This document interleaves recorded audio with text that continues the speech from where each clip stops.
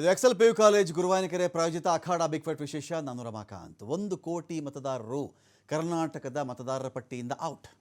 1,11,00,000 exact number ಹೇಳಬೇಕು ಅಂತ ಹೇಳಿದ್ರೆ, ಈ ಪ್ರಮಾಣದಲ್ಲಿ ಕರ್ನಾಟಕದಲ್ಲಿ ಮತದಾರರು ತಮ್ಮ ಮತ ಹಕ್ಕನ್ನು ಕಳೆದುಕೊಳ್ಳಲಿಕ್ಕೆ ರೆಡಿಯಾಗಿಬಿಟ್ಟಿದ್ದಾರಾ? ಬೆಂಗಳೂರಲ್ಲೇ ಕರ್ನಾಟಕದಾದ್ಯಂತ 1,11,00,000 ಮತಗಳಿಲ್ಲ ಅಂತ ಆದರೆ, ಇದರಲ್ಲಿ ಬೆಂಗಳೂರಲ್ಲೇ 50 ಲಕ್ಷಕ್ಕಿಂತ ಹೆಚ್ಚಿನ ಮತಗಳು ಇಲ್ಲವಾಗ್ತಾ ಇವೆ.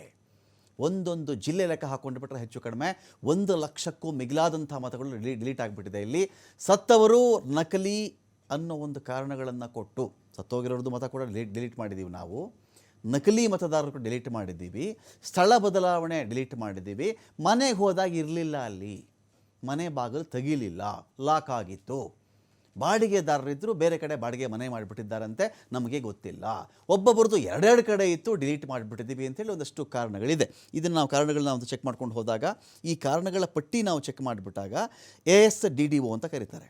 ಆಬ್ಸೆಂಟ್ ಅಂತ ಒಂದು, ಆಬ್ಸೆಂಟ್ ಗೈರು ಹಾಜರಿ, ಮನೆಗೆ ಹೋದಾಗ ಅವರು ಇರಲಿಲ್ಲ ಒಂದು. ಶಿಫ್ಟೆಡ್, ಮನೆಯನ್ನು ಬದಲಾಯಿಸ್ಕೊಂಡ್ಬಿಟ್ಟಿದ್ದಾರೆ ಎರಡನೇ. ಇದನ್ನು ASDDO ಕ್ಲಾಸಿಫಿಕೇಷನ್, ವರ್ಗೀಕರಣ ಅಂತ ನಾವು ಕರಿತೀವಿ. ಎ ಅಂದರೆ ಇಲ್ಲಿ ಆಬ್ಸೆಂಟ್, ಎಸ್ ಅಂದರೆ ಶಿಫ್ಟೆಡ್, ಡಿ ಅಂದರೆ ಡೆಡ್, ಸತ್ತೋಗ್ಬಿಟ್ಟಿದ್ದಾರೆ ಅವರು. ಸೊ ಹಾಗಾಗಿ ಅವ್ರ ಮತ ಪಟ್ಟಿಯಲ್ಲಿ ಅವ್ರ ಹೆಸರಿಡೋಕ್ಕೆ ಸಾಧ್ಯ ಇಲ್ಲ. ಡ್ಯೂಪ್ಲಿಕೇಟ್, ನಕಲಿಯಾಗಿದೆ ಅವ್ರದ್ದು. ಸೊ ಅಂಥವ್ರಿಗೂ ಕೂಡ ಇಲ್ಲಿ ಅವಕಾಶ ಇಲ್ಲ.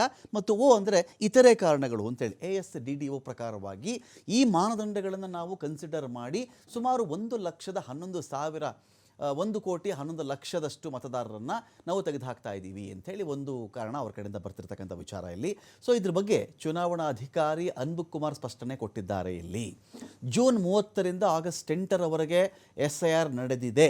5,54,32,314 ಕೋಟಿ ಫಾರಮ್ ಎನ್ಯುಮರೇಷನ್ ಕೊಟ್ಟಿದ್ದೀವಿ ನಾವು. 5,54,32,314 ಕೋಟಿ ಫಾರ್ಮ್ ಎನ್ಯುಮರೇಷನ್ ಕೊಟ್ಟಿದ್ದೀವಿ. ಅದರಲ್ಲಿ 4,43,04,632 ಅರ್ಜಿಗಳು ಡಿಜಿಟಲೀಕರಣ ಆಗಿದೆ. 16,30,012 ಮತದಾರರು ಪತ್ತೆನೇ ಇಲ್ಲ.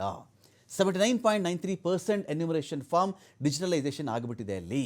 ಸೊ ಅಂಕಿಅಂಶ ಅಂತ ಬಂದಾಗ ನಾಪತ್ತೆ ಆಗಿದ್ದಾರೆ, ಸ್ಥಳಾಂತರವಾಗಿದ್ದಾರೆ ಅಂತ ನಾವು ದೊಡ್ಡ ಲೆಕ್ಕ ಇದೆ ಅವರದು. ಸೊ ವೋಟ್ ಹೊಂದಿರುವವರು, ನಾಪತ್ತೆ ಆಗಿರುವವರು, ಅಡ್ರೆಸ್ ಚೇಂಜ್ ಮಾಡ್ಕೊಂಡಿರುವವರು, ಬೇರೆ ಬೇರೆ ಕಾರಣಗಳ ಅಡಿಯಲ್ಲಿ ಇದೆಲ್ಲ ಆಗಿದೆಯಲ್ಲ. ನಮ್ಮ ಪಾಯಿಂಟ್ ಏನು ಬರುತ್ತೆ ಈ ಡಿಬೇಟಲ್ಲಿ ಅಂತ ಹೇಳಿದ್ರೆ, ಏನು ಸ್ವಾಮಿ 1,11,00,000 ಮತದಾರರು ನಮ್ಮಲ್ಲಿ ಇಲ್ಲ ಅಂತ ಆದರೆ, ಅಕಸ್ಮಾತ್ ಅವರಲ್ಲಿ ಯಾರಾದರೂ ನಾವಿದ್ದೀವಿ ಸ್ವಾಮಿ, ನಾವಿದ್ದೀವಿ ಅಂತ ಆದರೆ 6 ದಾಖಲೆ ಕೇಳಿದ್ದಾರಲ್ಲ, 6 ದಾಖಲೆ ಯಾವ್ಯಾವುದು? ನಿಮ್ಗೆ ಆಶ್ಚರ್ಯ ಆಗಿಬಿಡುತ್ತೆ ರೀ. ಏನೇನು ಮಾಡ್ತಾರೆ ಈ ಪ್ರೊಸೆಸ್ಸಲ್ಲಿ ಅಂತ ಹೇಳಿದ್ರೆ, ಆಧಾರ್ ಕಾರ್ಡ್ ಕೊಟ್ಟರೆ ತೊಗೋತಾರಂತ. ಈಗ ನಿಮ್ಗೆ ಅದು ಗೊತ್ತಿರಲಿ, ಯಾರೆಲ್ಲ ನೀವು SIR ಫಾರ್ಮ್ ಫಿಲ್ ಮಾಡಿದ್ದೀರಲ್ಲ, ಅದರಲ್ಲಿ ಆಧಾರ್ ನಂಬರು ತೊಗೊಂಡಿದ್ದಾರೆ ಅವರು, ನಿಜ ಅಲ್ವಾ?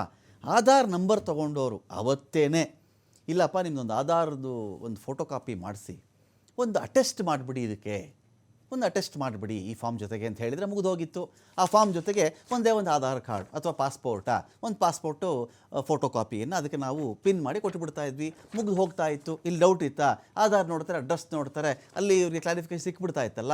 ಇದೀಗ ಆಧಾರ್ ತೋರಿಸಿ, SLC ಮಾಸ್ ಕಾರ್ಡ್ ತೋರಿಸಿ, ನಿಮ್ಮದು ಪಾಸ್ಪೋರ್ಟ್ ತೋರಿಸಿ ಅಂದರೆ ಈ ಥರ ಡಬ್ಲಿಂಗ್ ಆಫ್ ದಿ ವರ್ಕ್ ಆಗಲ್ವಾ? ಇದು ಎರಡು ಡಬಲ್ ಕೆಲಸ ನಡೀತಾ ಇಲ್ವಾ? ಇಲ್ಲಿ ಒಂದು ಪ್ರಾಸೆಸ್ಸಲ್ಲಿ ಮತದಾರರನ್ನ ಸೇರಿಸಬೇಕು ಅಂತ ಆಗ್ತಿದೆ ಈ ಒಂದು ಕೆಲಸ, ಮತದಾರನ ಕಳಿಬೇಕು ಅಂತ ಆಗ್ತಾ ಇದೆಯಾ? ಸತ್ತೋದವರು ಯಾರು ಹುಟ್ಟಲೇ ಇಲ್ವೇನ್ರಿ ಜನ? ಹಾಗಾದರೆ ಜನ ಹುಟ್ಟಲೇ ಇಲ್ವೇ ಮತ್ತೆ ಸತ್ತೋದವರು? ಸರಿ, ನಾಪತ್ತೆ ಆಗಿಬಿಟ್ರು, 18 ವಯಸ್ಸು ಇನ್ಯಾರಿಗೂ ತುಂಬಲೇ ಇಲ್ವೇ?